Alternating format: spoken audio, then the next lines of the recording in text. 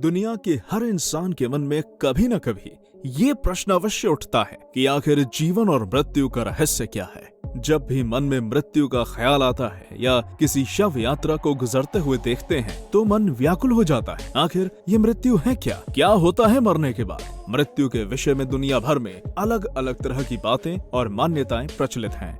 Hello दोस्तों, आज हम अपने चैनल ट्रिपी टेक में इस रहस्य के बारे में आपको बताते हैं। गरुड़ पुराण के अनुसार मृत्यु के बाद आखिर आत्मा जाती कहाँ है और मृत्यु के पहले मरने वाले व्यक्ति को कौन से पूर्वाभास होना शुरू हो जाता है। मान्यताओं और धारणाओं में से अधिकांश काल्पनिक, मनगढ़ंत और झूठी होती हैं, किंतु समय समय पर इस दुनिया में कुछ ऐसे रत्नों, तत्व, ज्ञानियों और योगियों ने जन्म लिया है जिन्होंने अपने जीवन काल में ही इस महत्वपूर्ण गुत्थी को सुलझाया है। ऐसे में आत्मज्ञानी महापुरुष समाधि के उच्च स्तर पर पहुंचकर समय के बंधन से मुक्त हो जाते हैं, यानी कि कालातीत हो जाते हैं। इस कालातीत अवस्था में पहुंचकर वे ये आसानी से जान जाते हैं कि मृत्यु से पहले जीवन क्या था और मृत्यु के बाद जीवन की गति क्या होती है। ऐसे में पहुंचे हुए सिद्ध योगियों का स्पष्ट कहना है कि काल की तरह जीवन भी असीम और अनंत है। जीवन का ना तो कभी प्रारंभ होता है और ना ही कभी अंत।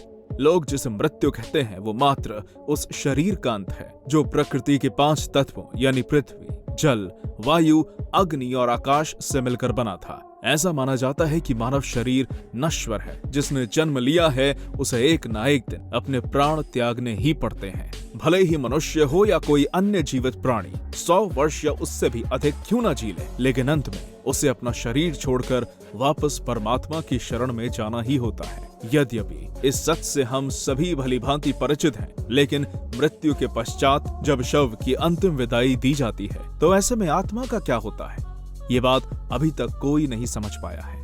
एक बार अपने शरीर को त्यागने के बाद वापस उस शरीर में लौट पाना असंभव है। इसलिए मृत्यु के बाद की दुनिया कैसी है ये अभी तक एक रहस्य ही बना हुआ है। किस्से और कहानियां या फिर अफवाहों की माने तो मौत के पश्चात आत्मा को मिलने वाली यातनाएं या फिर विशेष सुविधाओं के बारे में कई बार सुना जा चुका है, लेकिन पुख्ता तौर पर ये नहीं जान पाए हैं कि वास्तव में इस दुनिया के बाद भी एक ऐसी दुनिया है जहां आत्मा को संरक्षित कर रखा जाता है। अगर नहीं तो जीवन का अंत हो जाने पर आत्मा कहां चली जाती है?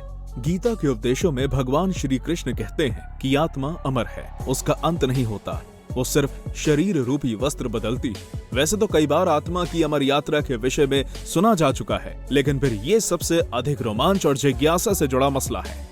गरुड़ पुराण के अनुसार जो मरने के पश्चात आत्मा के साथ होने वाले व्यवहार की व्याख्या करता है, उसके अनुसार जब आत्मा शरीर छोड़ती है तो उसे 2 यमदूत लेने आते हैं। मानव अपने जीवन में जो कर्म करता है यमदूत उसके अनुसार अपने साथ ले जाते हैं। अगर मरने वाला सज्जन है, पुण्य आत्मा है, तो उसके प्राण निकलने में कोई पीड़ा नहीं होती है, लेकिन अगर दुराचारी या पापी हो तो उसे पीड़ा सहनी पड़ती है। गरुड़ पुराण में ये उल्लेख भी मिलता है कि मृत्यु के बाद आत्मा को यमदूत केवल 24 घंटों के लिए ही ले जाते हैं और इन 24 घंटों के दौरान आत्मा को दिखाया जाता है कि उसने अपने जीवन भर में कितने पाप और कितने पुण्य किए हैं। इसके बाद आत्मा को उसी घर में छोड़ दिया जाता है जहां पर उसने अपने शरीर का त्याग किया था। इसके बाद 13 दिन के उत्तर कार्यों तक वो वहीं रहता है।